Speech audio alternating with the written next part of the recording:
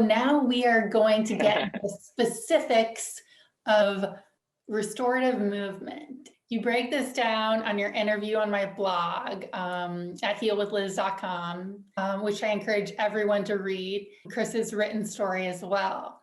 Can you describe your specifics with restorative movement? Because I know this is such a controversial topic. Yeah, for sure. Yeah. For sure.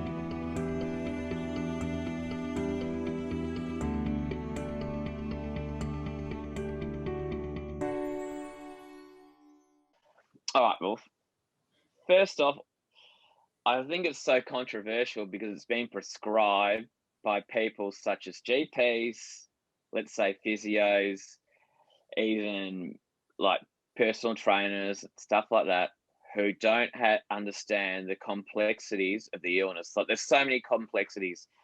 And I think as well, when with your restorative movement, you need to counter in the 4 principles of recovery if you're going to increase your activity. If you have a bad night's sleep, well, that's going to put you back, like you're probably going to go 75% of your baseline. If you eat the wrong foods, you're going to have a upset stomach. Well, then you're probably going to have to go 70. And if you've got anxiety as well, well, like, which is absolutely steaming out, again, you go. And so I did the Toby Morrison course, See It for Self course, and the most beneficial thing I got out of it was knowing about restorative movement. He had it's a 10-step program. So instead of like your GP going out there and saying, like with me, just go out and walk 20 minutes or just roll up to work or something like that. Like that's just an absolute, yeah. So it needs to be really specifically prescribed. I think to start with, you need to find your baseline, and that might have to do a bit of trial and error. But I've spoken to a few people recently who are going through the illness, and they're overdoing it. Like they're like walking for an hour and crashing and stuff like that. So I'm telling them, like, just for now, stop those 1 hour walks. You need to find your baseline. You need to go the middle way. I want you just to walk up. Like instead of the hour, I want you to walk 20 minutes instead of an hour. Break it up during the day, 20 minutes in the morning, 20 minutes in the afternoon, because you need to get yourself out of the push and crash cycle, which I was in for so many years. The first year I was pushing and crashing, because your body, you're not going to heal if you're continually crashing because you're overdoing it. So I love that. So know your baseline. I guess it's better to play it safe and then breaking it up.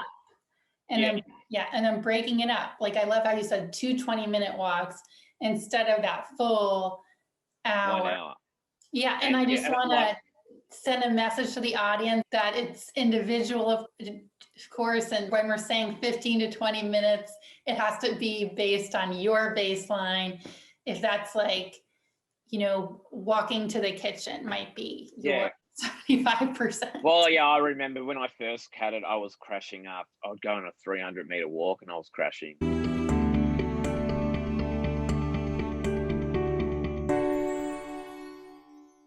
Yeah. So any other specifics and how, and maybe what was the transition from where did you start? So finding the baseline is number one. And that's going to have trial and error.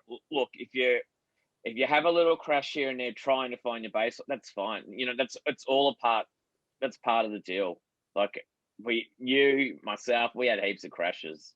Like, but you learn. The best thing is, if you learn from it, well, that's the bit. Like, yeah, it's great. So find your baseline.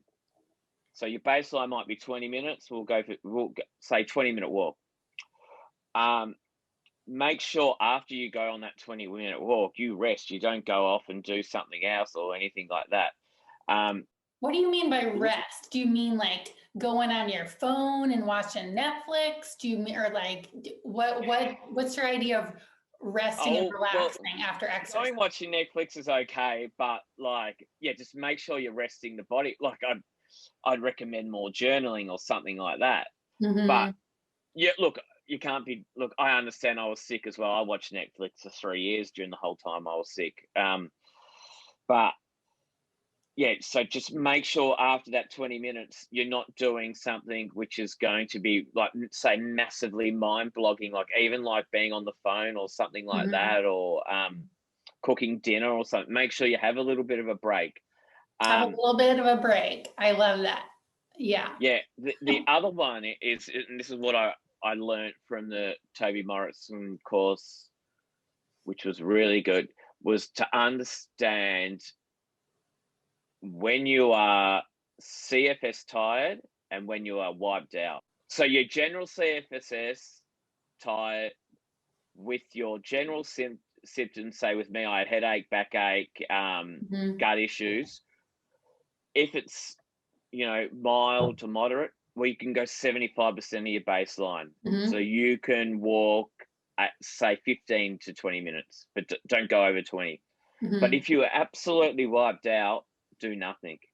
Yeah, it's okay Yeah, for you to at do a least. It little was bit. okay to do Yeah, 75% on your less that was straight game than normal. changing for me because I remember for like the first year or so, like, of course I had my symptoms the whole time. So I Mhm. was too afraid to do anything really. But when I heard that, that was sort of music to my ears, and so I'm like, all right, well, I can do a little bit still, like when I'm Yeah. not, yeah. But again, don't go over your baseline, Mhm. 75%, just Yeah. small steps. And even if you were like, so still do a little bit, but not much, and Yeah. don't go too hard. That's for sure. So I break that down to 2/100s. But yeah, so Yeah. just looking back, like everyone's journey is different, and everyone's healing journey is different as well. And we're all going to have our difference of opinions Mhm. because there's no magic pill which is going to unfortunately cure this illness. So therefore, everyone's going to have difference of opinion.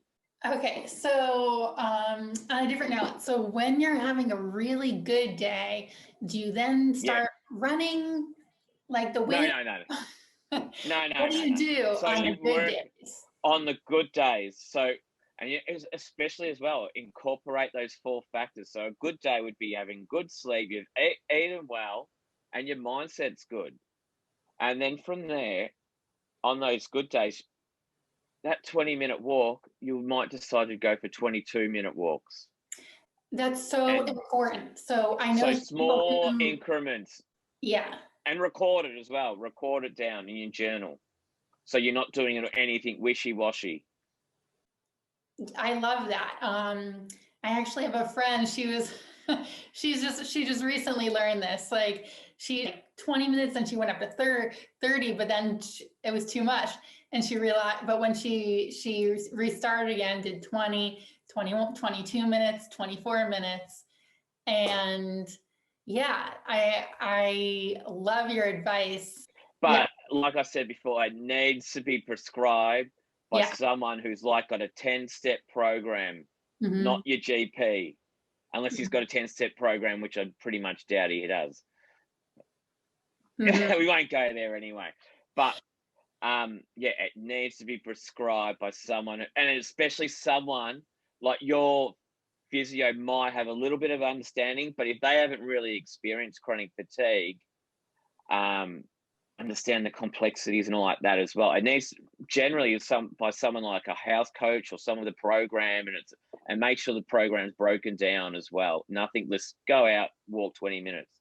It needs to be done really carefully. But if you have like little crashes in between, that's okay. That's just you learn from them as well. Like it's going to happen anyway. Exactly. Yes. It's about learning from those setbacks. I remember Yeah. was something else you wrote about. Yeah.